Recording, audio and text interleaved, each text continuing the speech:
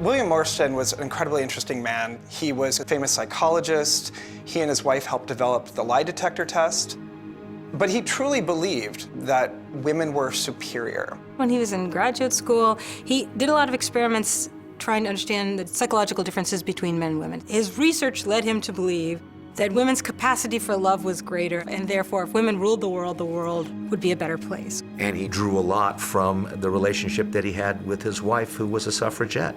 So he was inspired to write about a very powerful woman because he was living with a very powerful woman. A lot of husbands, when their wives were going to be suffragists, are like, no way, this can't happen. And he really beat the drum for women to do anything that they wanted to do. We lived in Rye, New York, and my dad worked with Charlie Gaines that owned DC Comics, was one of the owners. And one day, Charlie laughingly said, "Hey, Bill, why don't you do a comic, ha, ha, ha." So he went home and talked to my mom, and my mother said, "Well, let's have a woman superhero for a change instead of all the males." So he took it to Charlie Gaines, and he said, "It doesn't work.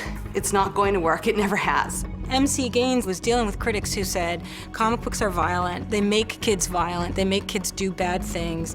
So at the time, Marston's a very popular psychologist, and Marston said, the way to solve your publicity problem is to have a female superhero. And he said, "Trust me, you know, this is going to be successful, and I will show you." And Wonder Woman was a huge success. Millions of copies of the comic sold every month. There were very few female characters, and none like Wonder Woman, who had their own book. She was the only female character that had her own title and was the star of her own comic for many, many years. Marsden said, "I write Wonder Woman as a new kind of propaganda to show the world what a woman could be, like a new kind of woman for the future that's strong and assertive and smart and can do anything, basically."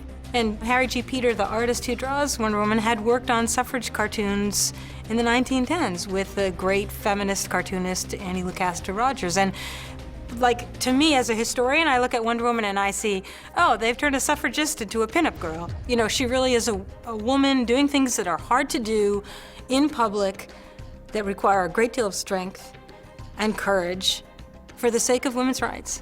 That's really interesting. That's totally different than Superman and Batman, who are fighting crime. And her comic series was just as interesting as Batman, Superman, or anything else. We weren't focusing on women, we were focusing on a comic book. She never approaches anything the way Batman or Superman would. I think she's very compassionate, very strategic. There's always kind of an extra step to her. She doesn't think violence is the first answer. And to me, that just makes her a really interesting character and a leader.